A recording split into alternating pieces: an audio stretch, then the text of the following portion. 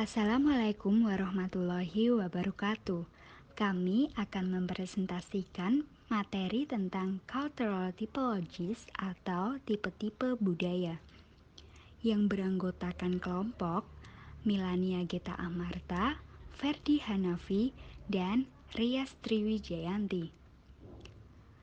Pengertian budaya organisasi menurut beberapa ahli. Yang pertama, menurut Sehen dalam Wirawan 2004, budaya organisasi adalah pola asumsi dasar yang telah ditemukan suatu kelompok, ditentukan dan dikembangkan melalui proses belajar untuk menghadapi persoalan penyesuaian kelompok eksternal dan integrasi kelompok internal.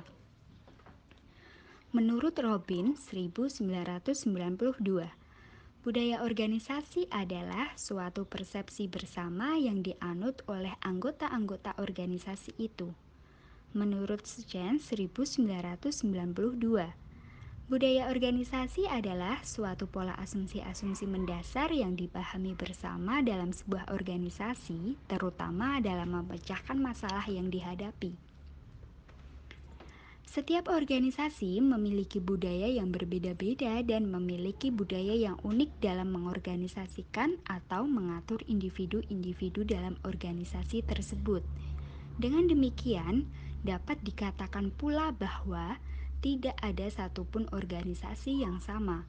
Namun, pada dasarnya, keunikan-keunikan organisasi merupakan kombinasi dari 4 jenis tipe budaya organisasi utama.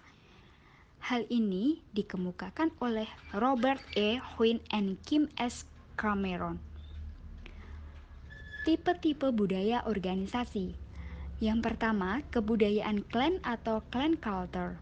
Kebudayaan ini lebih banyak dikendalikan oleh sang owner langsung atau perusahaan pribadi dengan sistem kekeluargaan. 2. Budaya adokrasi atau adokrasi culture. Budaya organisasi ini lebih mengedepankan pelayanan pada konsumen atau masyarakat. 3. Kebudayaan pasar atau market culture. Budaya ini lebih mengedepankan kepuasan dari konsumennya. 4. Kebudayaan hierarki atau hierarchy culture. Organisasi ini mempunyai susunan bertingkat, terukur, dan kebanyakan berhubungan dengan pemerintahan. Contoh, 1. Kebudayaan klan, toko bangunan. 2. Kebudayaan adokrasi, PT KAI. 3. Kebudayaan market, perusahaan merek Apple. 4. Kebudayaan hierarki, Bank BRI. Jenis budaya organisasi berdasarkan proses informasinya. Yang pertama, budaya rasional. Proses informasi individual diasumsikan sebagai sarana untuk tujuan kinerja yang ditunjuk produktivitas, efisiensi, keuntungan, atau dampak. Kedua, budaya ideologis. Proses informasi intuitif diasumsikan sebagai sarana bagi tujuan revitalisasi, dukungan luar perolehan sumber daya, serta pertumbuhan. Yang ketiga, budaya konsensus. Pemrosesan informasi kolektif diasumsikan sebagai sarana untuk mencapai tujuan kohesi, moral, iklim, serta kerja sama tim. Yang terakhir, 4. Budaya hierarkis. Informasi formal yang diasumsikan sebagai sarana untuk tujuan berkesinambungan, stabilitas, kontrol, dan koordinasi. Menurut Robin 1996.2289, ada 7 ciri-ciri budaya organisasi adalah: yang pertama, inovasi dan pengambilan risiko. Sejauh mana karyawan didukung untuk menjadi inovatif dan mengambil risiko. Yang kedua, perhatian terhadap detail. Sejauh mana karyawan diharapkan menunjukkan kecermatan, analisis, dan perhatian terhadap detail. Ketiga, orientasi hasil. Sejauh mana manajemen memfokus pada hasil bukannya pada teknik dan proses yang digunakan untuk mencapai hasil tersebut.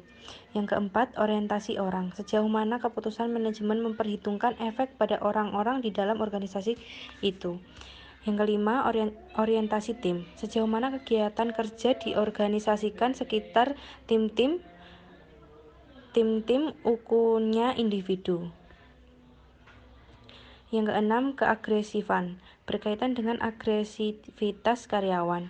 Kemudian yang terakhir, kemantapan. Organisasi menekankan dipertahankannya budaya organisasi yang baik.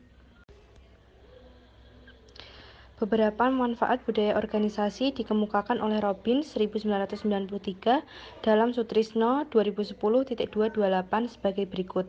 Yang pertama, mengatasi peran yang membedakan antara organisasi yang satu dengan organisasi lain.